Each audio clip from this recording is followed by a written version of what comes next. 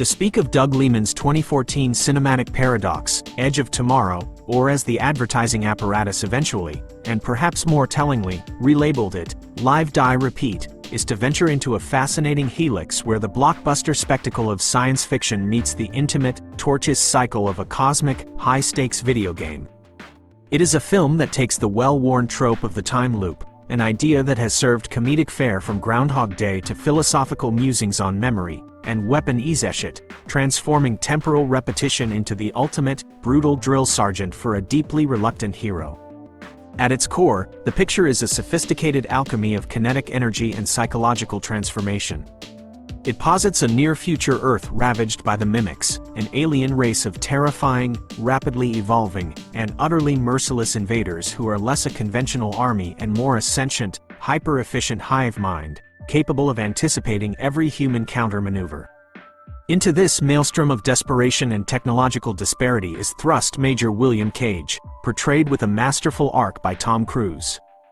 Crucially, Cage is no warrior.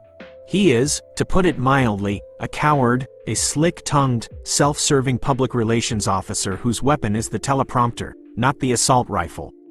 His career is built on spinning narratives, not facing realities.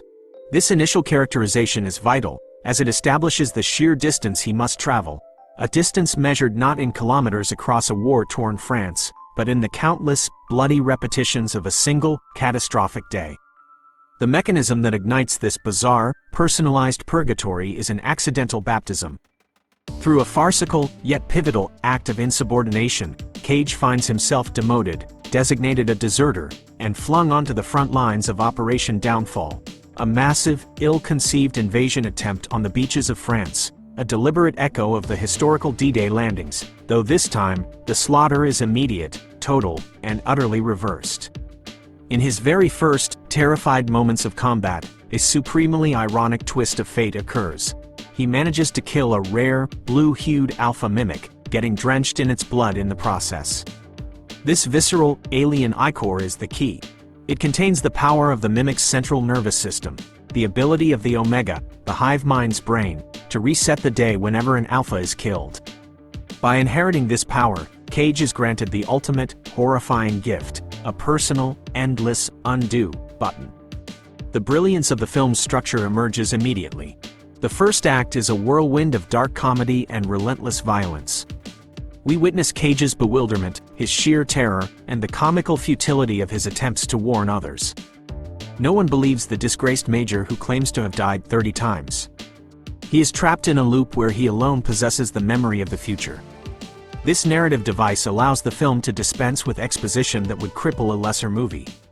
We do not just learn about the battle, we experience it, over and over, refining our understanding alongside Cage.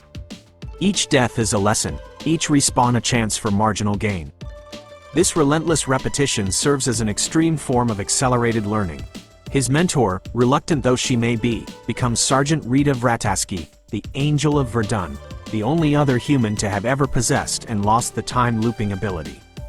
Played by Emily Blunt with a stoic, battle-hardened resolve, Rita is the living embodiment of the sacrifice and emotional cost of this power. She is the catalyst for Cage's evolution, demanding an impossible standard of performance. The montage sequences depicting Cage's training are arguably the most compelling part of the film's middle section. They are not merely training montages, they are death montages, where failure is not a setback but a final, absolute termination, leading only to a fresh start. We see him learn how to operate his heavy, cumbersome jacket, how to navigate the killing fields, and most importantly, how to anticipate Rita's own, seemingly perfect, fighting style. The unique style of the film's storytelling elevates the familiar action genre. It doesn't rely on a singular, impossibly lucky hero, but on a statistical accrual of expertise. Cage only survives the climactic battle because he has died in every conceivable way at every conceivable point. He has been shot, crushed, dissolved, and detonated more times than any soldier in history. His skill is not innate talent, it is the brutal, unforgiving residue of infinite failure. The film thus offers a profound comment on the nature of mastery. True competence is the result of discarding every wrong move until only the right one remains, a devastatingly efficient process only possible when the stakes are simultaneously infinite and zero. Furthermore, the emotional resonance of the narrative is carefully managed. The inherent risk of the time loop story is emotional stagnation. Why care if the character is simply going to reset? Edge of Tomorrow bypasses this through the development of the relationship between Cage and Rita. As Cage's knowledge grows, so too does his connection to Rita. He comes to know her habits, her reactions, her very essence, while for her, he remains the stranger he was yesterday. This asymmetrical intimacy is deeply affecting. It provides a poignant counterpoint to the relentless violence, highlighting the fragile, temporary nature of human connection. The moments where Cage attempts to share his accumulated history, his grief, and his affection, only to be met with her cold, professional detachment, because for her, it is still day one, are gut-wrenching. The cost of his power is the perpetual erasure of the shared human experience.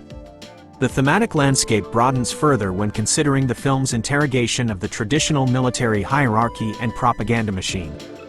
Cage begins as a cog in the propaganda mechanism, a purveyor of comforting lies. His journey is one of radical disillusionment. He sees the folly of the generals, the futility of the initial battle plan, and the true cost of war, not through a political critique, but through the visceral, immediate reality of death, experienced firsthand, thousands of times. He is forced to shed his soft skin of self-preservation and become the very thing he sought to avoid, a selfless, fully committed warrior. His transformation is less a choice and more a Darwinian inevitability imposed by the mimic's own power. The finale, a desperate, last-ditch assault on the Omega at the Louvre in Paris, ratchets up the tension precisely because the stakes have been fully reinstated. When Cage loses the time-looping power, following a necessary blood transfusion, he reverts to being a mortal man, albeit one with an impossible wealth of combat knowledge. The final sequence is a terrifying reversal. The training is over, the safety net is gone, and the accumulated failures must now all lead to a single, perfect execution. The film does an excellent job of justifying the final sacrifice, or near sacrifice, needed to defeat the Omega, leveraging the entire film's premise for a single, definitive act of heroism. And then, there is the ending. The conclusion of Edge of Tomorrow remains a topic of fervent debate, a narrative ambiguity that both satisfies and slightly destabilizes the preceding events. After destroying the Omega and dying in the process, Cage inexplicably wakes up before the entire sequence began, back on the helicopter en route to General Brigham. He has the power again, but the mimics are now decimated, the war won. This final reset is simultaneously a narrative cheat and a beautifully poetic closure.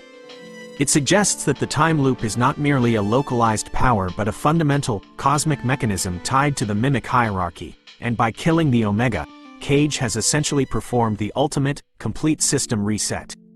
He has not only saved the day, he has undone the entire war, arriving back in a world where his sacrifice is unknown, his wisdom is intact, and the woman he loves, Rita, is alive and, for the first time, seeing him as the true hero he has become. The faint, knowing smile he offers her, and the curious, questioning look she returns, encapsulates the entire film's essence, a perpetual mystery, a shared secret held only by one, and the promise of a truly earned, albeit bizarrely reset, tomorrow. In its totality, Edge of Tomorrow is a spectacular and intelligent action film that transcends the genre conventions it employs. It is a treatise on mastery achieved through failure, on love forged in the crucible of infinite death, and on the existential burden of unique knowledge. It demands an appreciation not just for its visual effects and kinetic action, but for its cunning, cyclical script that turns the most terrifying concept, relentless, repeated death, into the only path to salvation. The film's legacy lies in its refusal to offer easy answers, instead locking the viewer into a tight, exhilarating loop of life, death, and repeat, until the lesson, like Cage's fighting skills, is irrevocably drilled into the mind. It is a modern sci-fi masterpiece, a clockwork of carnage and courage that deserves to be endlessly rewatched.